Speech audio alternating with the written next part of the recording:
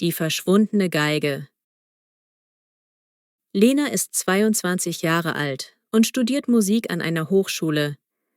Sie spielt leidenschaftlich Geige, die sie von ihrer Großmutter geerbt hat. Dieses Instrument hat einen warmen, vollen Klang und ist für Lena sehr kostbar. Alle bewundern, wie lebendig sie darauf spielt.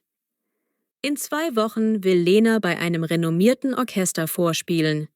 Es wäre eine große Chance für ihre Karriere. Sie übt täglich stundenlang, bis ihre Finger schmerzen. Doch die Freude am Spiel macht jeden Aufwand wett. Ihre beste Freundin, Nora, unterstützt sie und glaubt fest an ihr Talent. Eines Abends, als Lena von der Hochschule nach Hause kommt, stellt sie fest, die Tür zu ihrer Wohnung steht offen. Jemand hat eingebrochen. In Panik läuft sie hinein und sieht, dass ihre Geige fehlt. Ein Schock durchfährt sie. Ihr wertvollstes Stück. Einfach weg. Sofort ruft sie die Polizei. Die Beamten nehmen Fingerabdrücke und notieren Lenas Aussage. Es scheint ein Dieb eingedrungen zu sein, der gezielt nach wertvollen Gegenständen gesucht hat. Doch warum die Geige?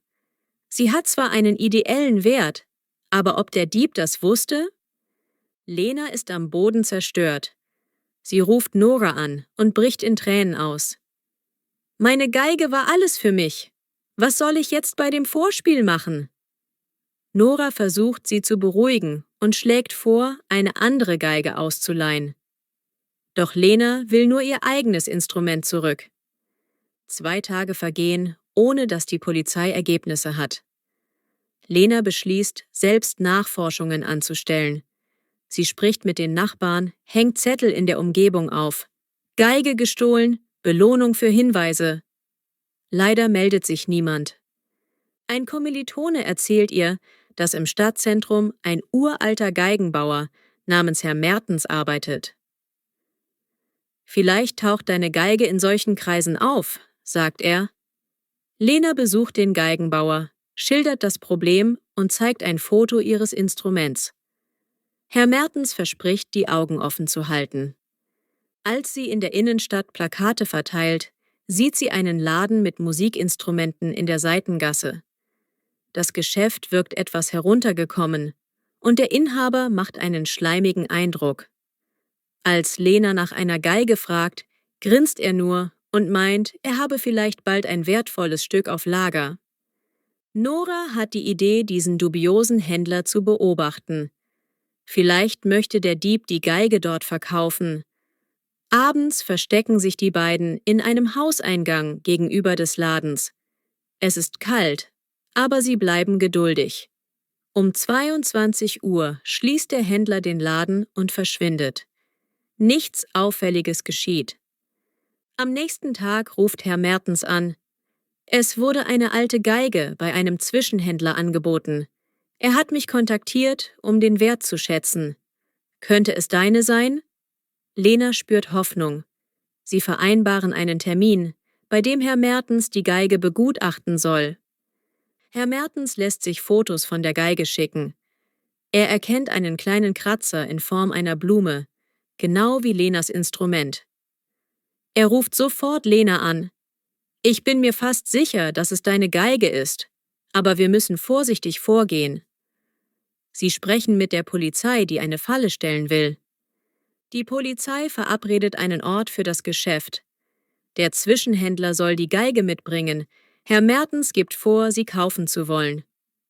Lena wartet in einem Café in der Nähe, nervös und aufgeregt. Nora sitzt als vermeintliche Kundin mit Herrn Mertens zusammen. Der Zwischenhändler kommt tatsächlich mit einer Geige. Herr Mertens erkennt sofort das Instrument, tippt ein geheimes Zeichen an den Deckel. Nora fragt, ist das wirklich echt? Der Händler nickt, verlangt einen hohen Preis. Im nächsten Moment stürmt die Polizei hinein und verhaftet ihn. Er gesteht, sie von einem unbekannten Mann gekauft zu haben. Lena eilt in das Café, wo die Polizisten das Instrument sicherstellen. Sie sieht ihre geliebte Geige, nimmt sie in die Hand. Tränen der Erleichterung laufen über ihre Wangen. Sie bedankt sich bei Nora, Herrn Mertens und der Polizei. Sie kann kaum glauben, dass sie ihre Geige wieder hat. Allerdings ist die Geige leicht beschädigt. Ein kleiner Riss an der Seite und der Steg ist verschoben. Herr Mertens bietet an, sie zu reparieren. In 2 Tagen bekommst du sie zurück, spielbereit und im alten Glanz, verspricht er. Lena ist dankbar.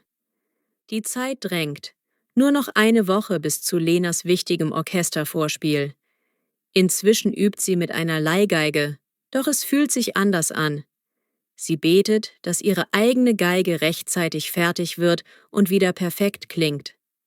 Nach 2 Tagen meldet sich Herr Mertens. Komm vorbei, sie ist fertig. Lena stürzt in die Werkstatt und probiert das Instrument aus. Der Klang ist noch schöner als zuvor. Der alte Geigenbauer lächelt. Sie hat eine Seele, diese Geige. Du wirst großartig spielen. Endlich ist der Tag da. Die Konzertsaal-Aula füllt sich mit Zuschauern und einer Jury. Lena ist an der Reihe, ihr Herz klopft. Sie betritt die Bühne, verbeugt sich kurz und setzt den Bogen an. Mit geschlossenen Augen spielt sie eine anspruchsvolle Sonate. Jede Note klingt klar und warm. Sie fühlt, wie die Musik sie trägt. Als sie endet, herrscht kurz Stille, dann tobt der Applaus. Die Jury wirkt beeindruckt. Später wird das Ergebnis verkündet. Lena hat bestanden und erhält einen Platz im Orchester. Stolz und überwältigt ruft sie Nora an. Ich habe es geschafft! Am Abend feiert Lena mit Freunden. Ihre Geige ist sicher. Ihr Traum vom Orchesterspiel wird wahr. Sie denkt an all die Aufregung der vergangenen Wochen.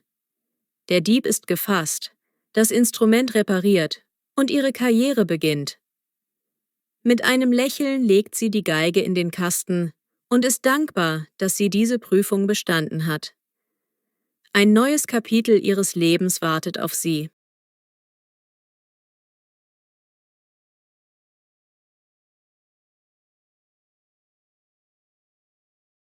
Der geheimnisvolle Oldtimer.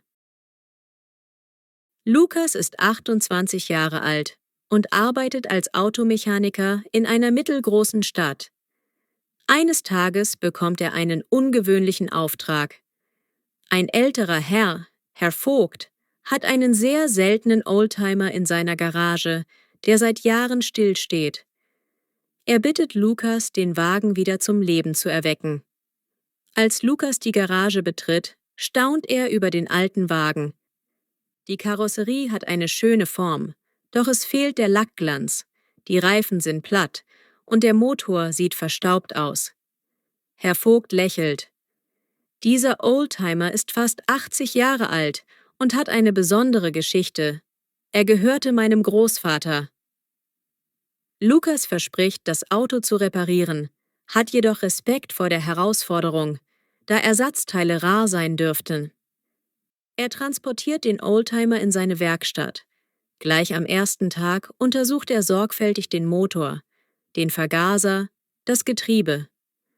Vieles ist verschlissen, doch Lukas ist fasziniert von den damals eingesetzten Bautechniken. Er recherchiert in Fachforen nach passenden Ersatzteilen. Manches findet er bei Sammlern, anderes muss er anfertigen lassen. Sein Chef unterstützt ihn und sagt: Nimm dir die Zeit, die du brauchst. So ein Projekt bekommt man nicht alle Tage. Lukas arbeitet fast jeden Abend am Oldtimer. Er putzt den Innenraum, behandelt den Rost, bestellt alte Schrauben und sucht einen Lackierer, der den Wagen in einem historischen Farbton lackieren kann. Dabei empfindet er eine tiefe Freude, als würde er ein Stück Geschichte bewahren. Nach einigen Wochen steht Herr Vogt in der Werkstatt. Er sieht den Wagen mit neuem Lack, neuen Reifen und einem Motor, der bald schnurren könnte. Er wirkt gerührt und erzählt Lukas Anekdoten von seinem Großvater, der einst lange Reisen mit diesem Oldtimer unternahm. Für Lukas spiegelt sich in jeder Schraube ein Hauch dieser Vergangenheit. Dann beginnt die Feinjustierung. Der Motor springt noch nicht sofort an. Lukas justiert den Vergaser, tauscht Zündkerzen aus und überprüft die Zündfolge. Er liest Fachbücher über Oldtimer-Modelle aus jener Zeit. Endlich, nach einigen Tagen, dreht er den Zündschlüssel und der Motor röchelt kurz, ehe er brummt. Ein unbeschreibliches Gefühl durchströmt Lukas. Er lässt den Motor warm laufen, testet die Kupplung, schaltet die Gänge. Herr Vogt kommt zum Probelauf. Zuerst ist er vorsichtig, dann traut er sich hinters Lenkrad zu setzen. Lukas beobachtet, wie das Auto auf dem Hof der Werkstatt langsam anrollt. Ein leichtes Knarzen hier, ein kleiner Ruck da, aber der Oldtimer bewegt sich geschmeidig. Herr Vogt wirkt überglücklich, fast wie ein Kind. Nach ein paar Runden um die Werkstatt steigt er aus und umarmt Lukas spontan. »Sie haben etwas Großartiges geschafft«, sagt er bewegt. Lukas fühlt sich geehrt. Um das Werk zu vollenden, schenkt Lukas dem Wagen noch ein paar dekorative Details, zum Beispiel ein kleines Monogramm am Lenkrad und polierte Chromteile an den Stoßstangen. Er poliert die Scheiben, füllt alle Flüssigkeiten auf und kontrolliert jedes Bauteil. Am Tag der Übergabe rollen sie den Oldtimer aus der Werkstatt in die Sonne. Er funkelt im neuen Lack und der Motor klingt zufrieden. Herr Vogt ist sprachlos, seine Augen glänzen vor Rührung. Er bedankt sich mehrmals bei Lukas, zahlt seine Rechnung und sagt: »Dieser Wagen ist jetzt nicht nur ein Stück Metall, sondern ein Symbol für meine Familiengeschichte.« Lukas freut sich über das Lob und fühlt Stolz, ein solches Projekt gemeistert zu haben.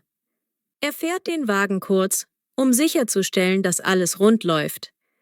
Dann verabschiedet er sich von Herrn Vogt, wünscht ihm gute Fahrt und hofft, dass der Oldtimer noch viele Jahre Freude bereiten wird.